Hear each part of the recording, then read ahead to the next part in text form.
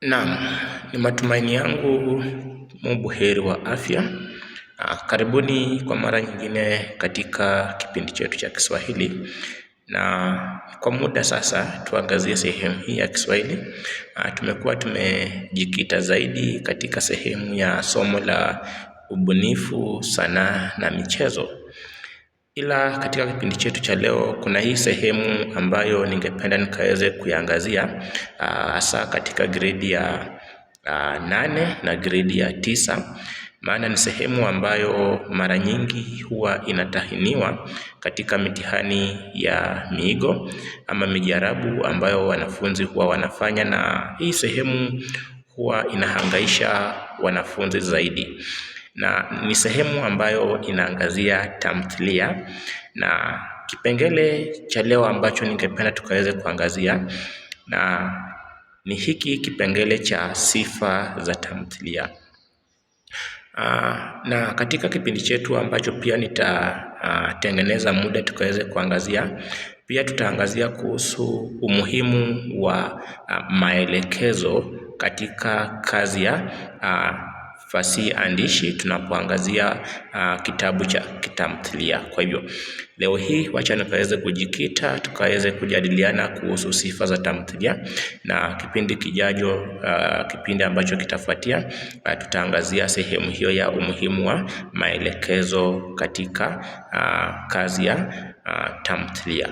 Kwa hivyo ni vyema tuanze na ufafanuzi wa tamthilia ni nini. Na tamthilia ni utungo wa fasihi andishi ambao huandikwa ili kuwasilishwa jukwaani mbele ya hadhira. Kwa hivyo hii ni kazi ambayo inawasilishwa pale mbele ya hadhira, na kumbuka kuna baadhi ya hadhira ambazo huwa zinajitokeza katika kazi hii ya uwasilishaji. Na tunapoangazia sifa ya kwanza ambayo inajitokeza unapochukua kitabu cha kitamthilia, kwa mfano Wema Hauozi, ni sifa gani ambayo unapofungua kile kitabu utakutana nayo? Sifa ya kwanza ni kwamba tamthilia huwa na wahusika ambao hujenga ploti kupitia kwa maneno na vitendo vyao. Kwa mfano, tunaporejelea tamthilia ya Wema Hauozi, tunapata kwamba kuna pale baadhi ya wahusika, kwa mfano Mabula ambaye ni mhusika mkuu, kuna Mishi, kuna Dama, kuna Temba na wahusika wengine ambao wanajenga ploti ya tamthilia hiyo. Na kumbuka, tunapozungumzia ploti tunazungumzia mfuatano wa matukio katika kazi ya kifasihi, jinsi matukio yanavyofuatana kutoka tukio la kwanza hadi pale ambapo kitabu kinatamatika. Sifa ya pili tunazungumzia kuhusu muundo. Kwa hivyo katika tamthilia muundo wake huwa na sehemu na onyesho. Kuna sehemu ya kwanza, onyesho la kwanza, onyesho la pili, onyesho la tatu, kisha tunaenda kwa sehemu ya pili. Jinsi unavyotazama katika kiwambo chako, kuna mfano hapo kutoka kwa tamthilia Wema Hauozi. Kwa mfano kuna hapo kuna sehemu ya kwanza, onyesho la kwanza. Ukiendelea sana katika ndani ya kitabu utapata kuna onyesho la pili, sehemu ya pili, ikiendelea hivyo. Kwa hivyo sifa mojawapo ya tamthilia ni kwamba muundo wake huwa na sehemu na onyesho.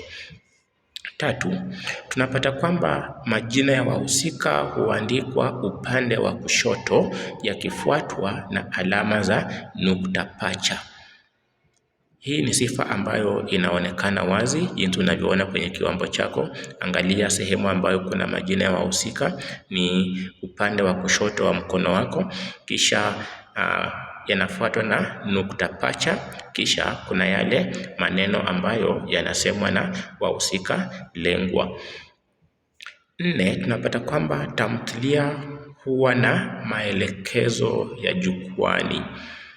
Mfano, tunapoanza tamthilia yetu, tazama katika kiwambo chako hapo, unapoona hapo mfano, hapo juu kuna maelekezo ambayo yanatuelekeza yale ambayo yanafanyika tunapoanza tamthilia yetu. Kwa hivyo hiyo inaongezea kuwa sifa mojawapo ya tamthilia.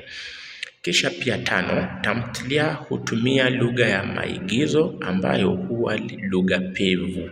Kuna wakati ambapo wahusika huwa wanaigiza, kwa hivyo katika mazungumzo yao utapata katika sifa mojawapo ambapo kuna matumizi ya mabano, utapata kwamba kuna ishara ambazo zinawekwa pale katika mabano ambazo zinarejelea maigizo ambayo wahusika hao wanahusika nayo.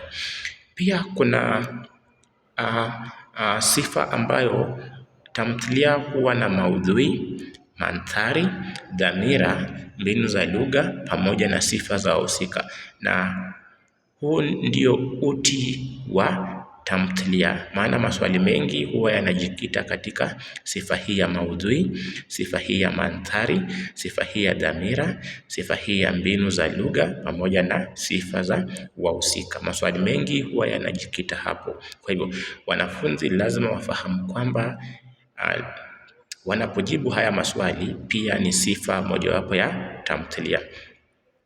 Kisha kuna sifa ya mwisho ambayo nitaangazia ni tamthilia huwa na matumizi ya mabano.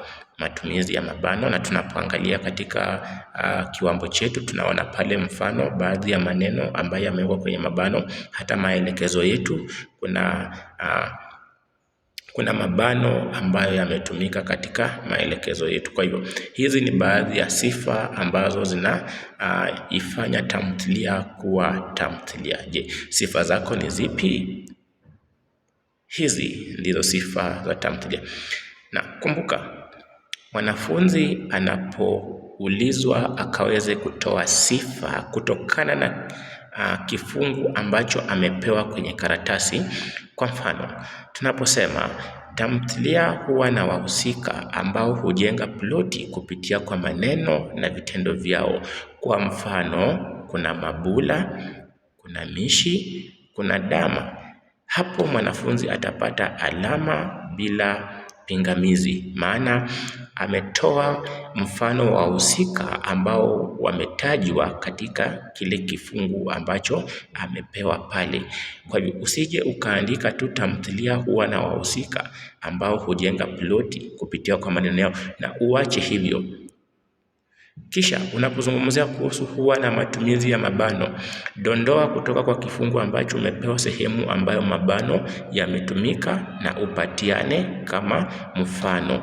Unaposema tamthilia huwa na maudhui, je, maudhui yepi ambayo yametumika katika kifungu ambacho umepewa pale?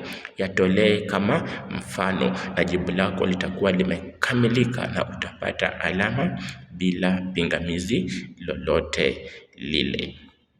Tuzidi kukuza Kiswahili, tuzidi kujua zaidi na tuzidi kujadiliana. Asanteni na Mungu awabariki. Tukutane katika kipindi ambacho kitafuata, ambacho tutakuwa tunaangazia umuhimu wa maelekezo katika tamthilia.